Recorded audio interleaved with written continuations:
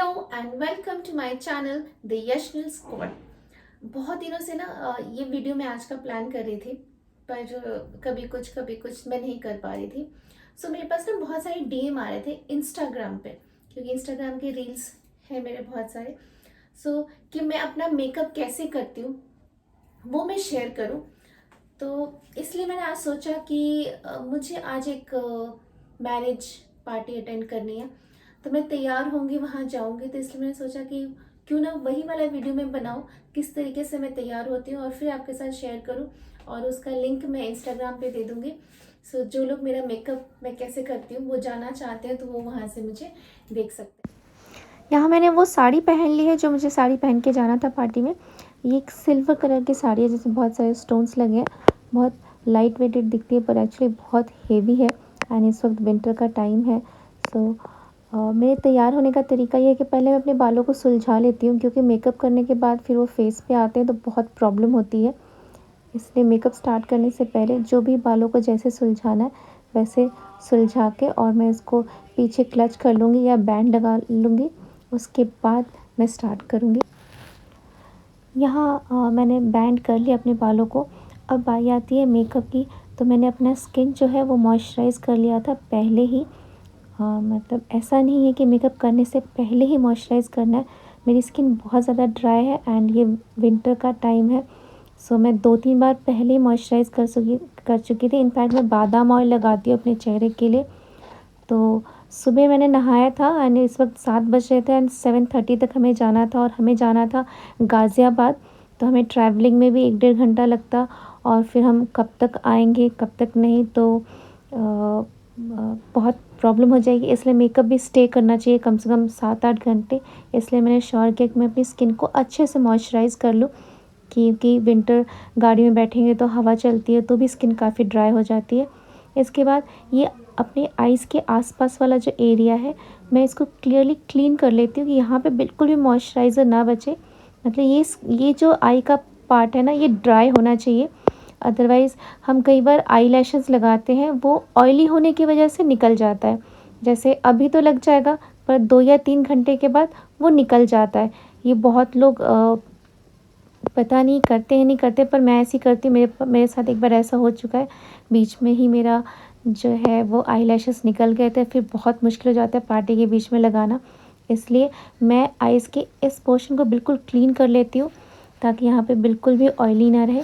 इसके बाद ये मैं लगाऊंगी बेस। ये है मेरा फाउंडेशन, एंड ये फाउंडेशन है लैक्मे का।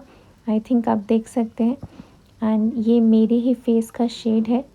सो बहुत ज़्यादा नहीं, बस एक एक सिंगल ड्रॉप जो है वो मेरे फेस के लिए इनफ है। इसके अंदर मैं मिलाऊंगी 1 ड्रॉप प्राइमर, या कहिए 1 ड्रॉप से भी कम प्राइमर, क्योंकि मैं स्किन को ऑलरेडी मॉइस्चराइज़ कर चुकी हूँ। और इसमें लगाऊंगी मैं लिक्विड का थोड़ा सा, बिल्कुल ही थोड़ा सा हाइलाइटर। इसके बाद मैं इसको अच्छे से मिक्स करके ड्रॉप बाय ड्रॉप मैं इसको अपने फेस पर लगाऊंगी। यदि फाउंडेशन बहुत ज़्यादा हो तो मुझे मेकअप नहीं पसंद आता, क्योंकि वो एकदम लुक चेंज कर देता है। एंड ये नाइट की पार्टी थी, तो फाउंडेशन बहुत कम लगाती हूँ मैं। एंड आप चाहें तो ब्यूटी ब्लेंडर से इसको पूरा ब्लेंड कर सकते हैं अपने स्किन पर। बट मैंने ऑलरेडी मॉइस्चराइज़र लगाया, तो मैं हाथ से ही अपने फिंगर से ब्लेंड करना मुझे बहुत अच्छा लगता है, क्योंकि मुझे लगता है वो बिल्कुल डीपली जो है स्किन में ब्लेंड हो जाता है। आप देखिए फाउंडेशन का एंड जो नेचुरल स्किन है उस पर कितना फ़र्क आ जाता है।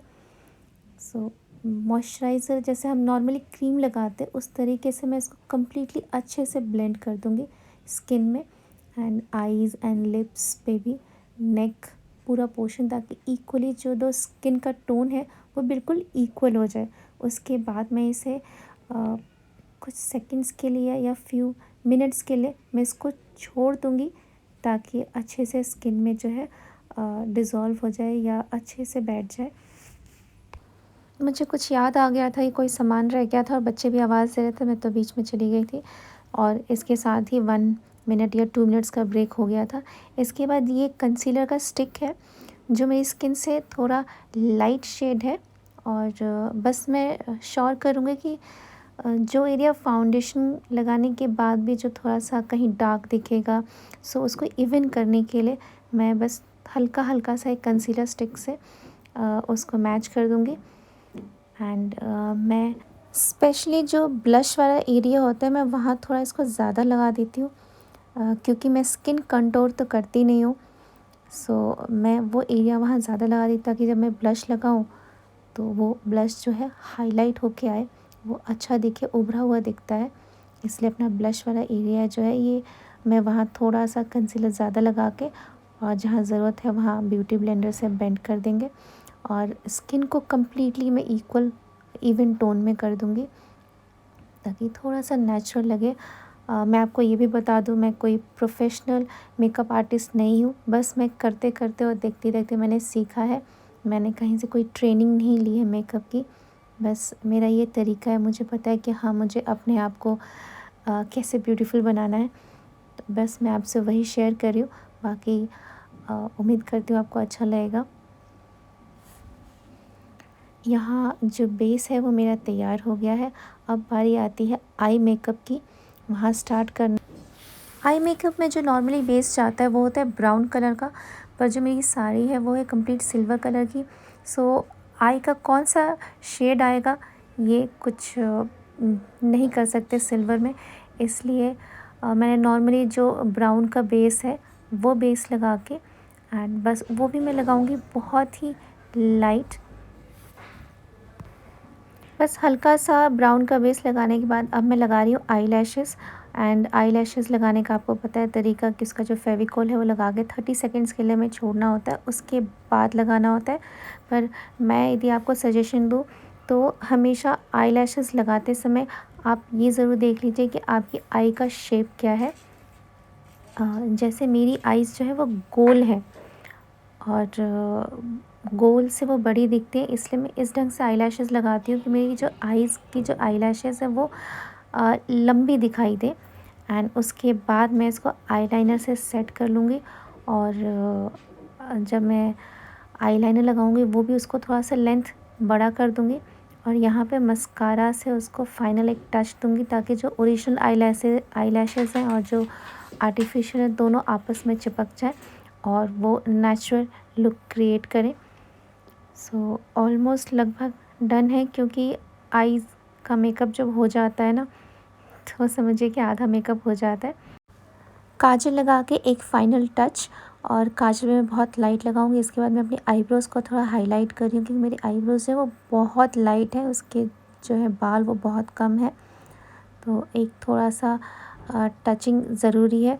तो एक बार काजल से और एक बार जो पैलेट में ब्लैक कलर होता है उससे मैं हाईलाइट करके फिर मैं इसको कॉटन के कपड़े से पोंछ दूँगी ताकि बिल्कुल जो भी एक्स्ट्रा लगे कहीं पर भी कि हाँ हमारी आईब्रो में एक्स्ट्रा है कहीं भी, वो निकल जाता है।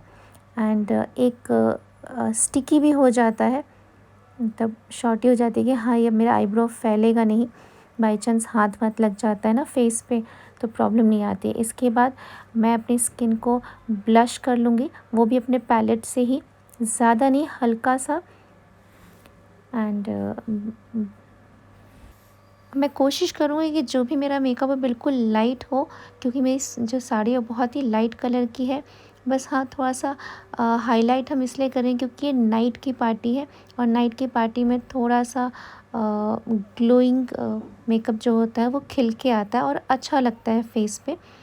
एंड मेरी जो साड़ी का कलर था वो बिल्कुल ही लाइट था, तो उसके हिसाब से ही उसके बाद मैं लूज़ पाउडर यूज़ नहीं करती।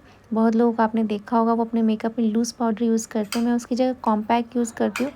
और कॉम्पैक्ट से क्या है कि एक स्टिक हो जाता है, स्टे हो जाता है। जो भी मेकअप अभी तक किया था ब्लश के ऊपर भी हम कॉम्पैक्ट लगाते हैं तो स्टे हो जाता है।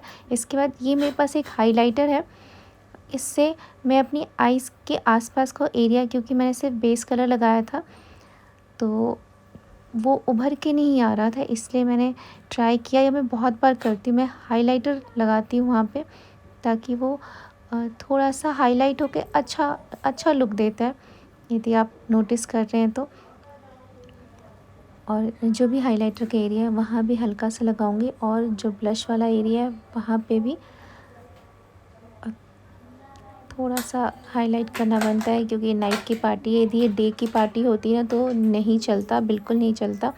मैं आपको ये भी बता दूँ कि जो हम इंस्टाग्राम पे रील्स बनाते हैं वो मेकअप कम्प्लीटली अलग होता है क्योंकि हम इंस्टाग्राम पे फ़िल्टर यूज़ करते हैं, तो फ़िल्टर में मेकअप की ज़रूरत नहीं पड़ती। आधे से ज़्यादा काम तो हमारा फ़िल्टर ही कर देता है।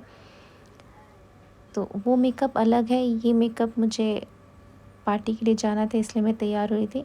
सो फाइनल जो है मेकअप कंप्लीट है लिपस्टिक के साथ। एक क्लीन ब्रश के साथ मैं पूरे फेस में कर दूँगी ताकि इवन हो जाए। कहीं भी एक्स्ट्रा कुछ भी है या कहीं पाउडर टाइप्स कुछ गिर गया है तो वो भी क्लीन हो जाता है। एंड ये डन है मेरा मेकअप। इसके बाद बस बिंदी और सिंदूर है। ये हल्का सा मैंने हेयर स्टाइल बना लिया था फ्रंट से। वो भी इसलिए बनाया था क्योंकि मुझे पता था लॉन्ग डिस्टेंस में जाऊँगी गाड़ी में ख़राब हो जाएगा, इसलिए फ्रंट से मैंने थोड़ा सा टाई अप कर लिया था। उसके बाद मैंने पहना है हल्का सा नेकलेस और ये छोटी सी ईयरिंग। उसके बाद मैं करूँगी अपने बच्चों को तैयार जो बहुत ही पेशेंस लेवल बना के बैठे थे क्योंकि मैं रेडी हो रही थी और साथ में वीडियो भी बना रही थी।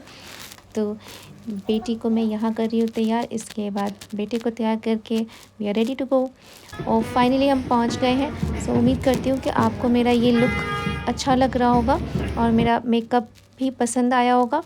तो यदि पसंद आया तो वीडियो को एक लाइक कर दीजिए और इस पार्टी का जो आगे के विजुअल्स हैं वो मैं नेक्स्ट ब्लॉग में शेयर करूँगी। एंड तब तक मिलते हैं नेक्स्ट ब्लॉग में। तब तक you all take care and good bye.